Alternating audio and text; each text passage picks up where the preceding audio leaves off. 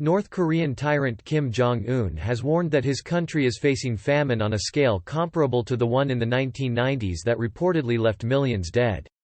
Addressing a party conference last Thursday, Kim said that citizens should prepare for hard times ahead. He claimed that the country faced its worst ever situation on account of the natural disasters that devastated farmland last summer, the COVID pandemic, and US-led sanctions. The North Korean strongman urged officials to wage another, more difficult arduous march in order to relieve our people of the difficulty, even a little.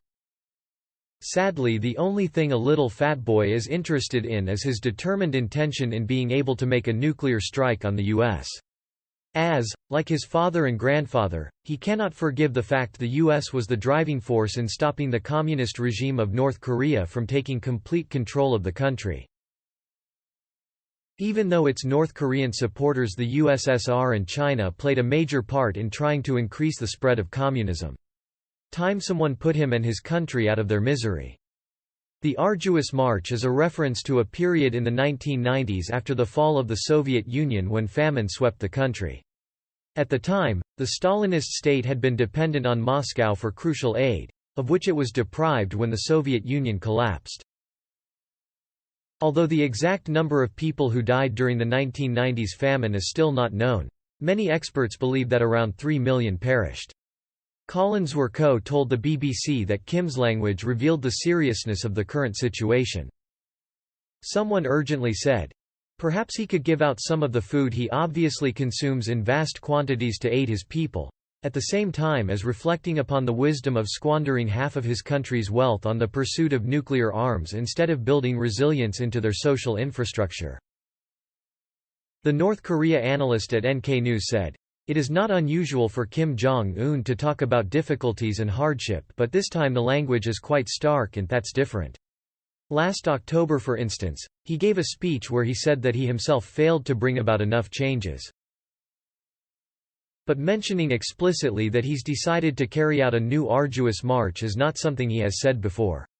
North Korea is a mountainous country with a short supply of fertile arable land. This makes the country dependent on foreign imports and aid to feed roughly a third of its population." Last month the UN warned of a serious food crisis that was already causing malnourishment and starvation.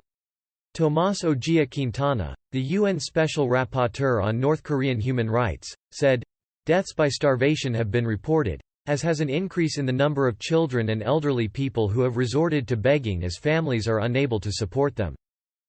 Reports also suggest that Pyongyang has aggravated the present crisis by closing its borders with China, its largest trading partner. Last August it restricted imports of staple foods from its neighbor and then in October cut almost all trade, including food and medicines. North Korea has also rejected offers of external aid, with almost all diplomats and aid workers have quit the country.